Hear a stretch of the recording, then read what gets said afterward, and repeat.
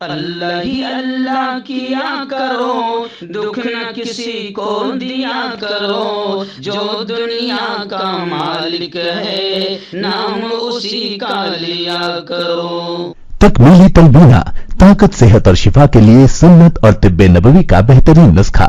ناظرین، کیا آپ بھی خوشحال مالداروں کی طرح کامیاب بزنس کر کے ہزاروں اور لاکھوں روپے کمانا چاہتے ہیں؟ اگر آپ کی ہاں ہے تو آج ہی سے اپنے علاقے میں تکمیلی تلبینہ کا آسان بزنس کرنا شروع کریں اور چند ہی مہینوں میں کامیاب بزنس مین بننے کے طریقے بہترین تجربوں کے ساتھ سیکھیں۔ بزنس مین بننے کا یہ موقع کہیں آپ کے بھی ہاتھ سے چلا نہ جائے، اس لیے ابھی ہم سے رابطہ کریں۔ 9890963757 Takmili food products private limited, Malegaon, India. السلام علیکم ورحمۃ اللہ وبرکاتہ۔ ناظرین، استقبال ہے، سواگت ہے آپ کا viral news live studio Jalgaon, Maharashtra, India میں۔ میں آپ کا میزبان مفتی محمد ہارون ندوی۔ آئیے انٹرنیشنل ٹاپ 5 نیوز، دنیا کی 5 بڑی خاص اہم خبروں پر نظر ڈالتے ہیں۔ لیکن سب سے پہلے میں اپیل کروں گا کہ جو ساتھی نئے ہیں اور ابھی تک اس بے باک سچے چینل سے جڑے نہیں ہیں، اگر آپ چاہتے ہو کہ آپ کو ملک بھارت کی اور پوری دنیا کی صحیح اور سچی خبریں دیکھنے اور سننے کو ملیں تو پھر آپ اس چینل سے جڑ جائیے۔ سبسکرائب کر لیجئے ہمارے اس چینل کو، بیل آئیکن گھنٹی کے بٹن کو بھی دبا دیجئے تاکہ ہماری ہر ویڈیو، ہر خبر آپ کو آپ کے موبائل پر مل سکے۔ اور ہاں ناظرین، ہم ہر روز ایک اپیل کرتے ہیں کہ پلیز، ایک پرائیویٹ چینل ہے اور چینل چلانے کے لیے پوری ایک ٹیم کام کرتی ہے، بڑا روپیہ پیسہ خرچ ہوتا ہے۔ اگر آپ چاہتے ہو کہ ایسے چینل جو ظلم اور ظالموں کے خلاف بے باک انداز میں بول رہے ہیں، اگر آپ چاہتے ہو کہ ایسے چینل مضبوط ہوں تو پلیز آپ چینل کی فائنینشیل ہیلپ، مالی تعاون، مالی مدد ضرور کیجیے۔ اسکرین پر آپ نظر ڈالیں، ہمارے چینل کا بینک اکاؤنٹ نمبر بھی دیا گیا ہے، اور اگر آپ آن لائن پیسہ بھیج کر مدد کرنا چاہتے ہیں تو گوگل پے، فون پے اور پے ٹی ایم تینوں کا ایک ہی نمبر ہے، 9637541786۔ اللہ نے جو بھی آپ کو طاقت دی ہے اس اعتبار سے ہر دن یا ہفتے یا مہینے میں ایک بار ہی صحیح 200، 500، 1000 پابندی کے ساتھ آپ چینل کی مدد کیجئے، چینل کو مضبوط کیجئے، ہمارا ساتھ دیجئے۔